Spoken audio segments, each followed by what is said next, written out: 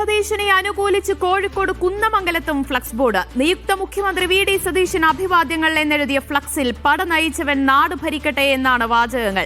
കോൺഗ്രസ്, മുസ്ലിം league പ്രവർത്തകർ മാത്രമല്ല, VD. Satheesan മുഖ്യമന്ത്രിയാകാൻ ആഗ്രഹിച്ച് വോട്ട് ചെയ്ത സാധാരണക്കാരും ഫ്ലക്സിന് പിന്നിൽ പ്രവർത്തിച്ചു എന്നാണ് നാട്ടുകാർ പറയുന്നത്.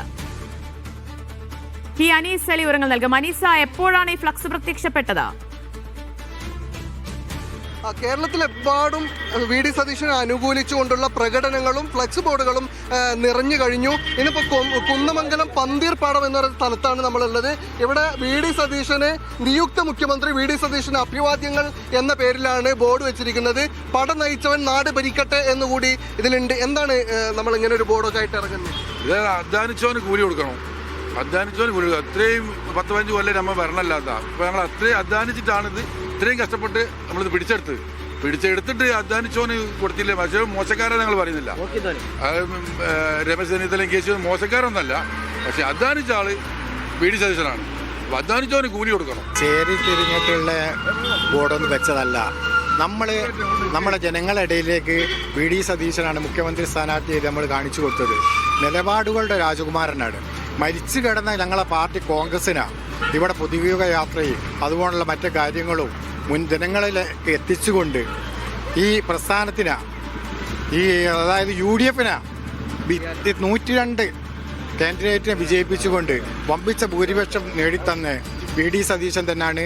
വി.ഡി. സതീശൻ തന്നെ മുഖ്യമന്ത്രി ആവണമെന്ന് വിചാരിച്ചിട്ടാണ് വോട്ട് ചെയ്തത്. അതെ, വി.ഡി. സതീശൻ അല്ലാത്ത ഒരാളെ മുഖ്യമന്ത്രിയായിട്ട് അംഗീകരിക്കുന്നില്ല. പാർട്ടി മാറി ചെയ്തതാ. അത് പാർട്ടിക്കാരനല്ല, UDF കാരനല്ല.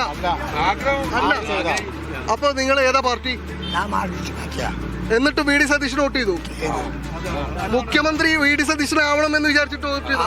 ഇത് പ്രത്യേകം ശ്രദ്ധിക്കേണ്ട കാര്യമാണ്. അതായത് ഈ കോൺഗ്രസുകാർ മാത്രമല്ല ബോർഡ് വെക്കുന്നതും ഫ്ലക്സ് വെക്കുന്നതും മുദ്രാവാക്യം വിളിക്കുന്നതും വി.ഡി. സതീശനെ മുഖ്യമന്ത്രിയായി കാണണം എന്ന് ആഗ്രഹിച്ചുകൊണ്ട് പാർട്ടി മാറി CPM നിന്ന് വി.ഡി. സതീശനെ വോട്ട് ചെയ്ത ആൾക്കാരുണ്ട്. അവരുടെ ആഗ്രഹമാണ് എന്നാണ് ഇപ്പൊ പറയുന്നത്. എന്തായാലും വി.ഡി. സതീശൻ തന്നെ മുഖ്യമന്ത്രിയായി വരും എന്ന് വിചാരിക്കുന്നുണ്ട്.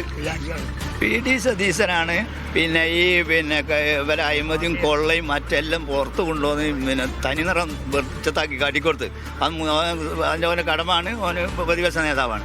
അപ്പോൾ ആ പ്രതിപക്ഷ നേതാവിൻ്റെ ഒരൊറ്റ പ്രവർത്തനം കൊണ്ട് അത്രയും സീറ്റ് കിട്ടി UDF അധികാരത്തിൽ വന്നത്.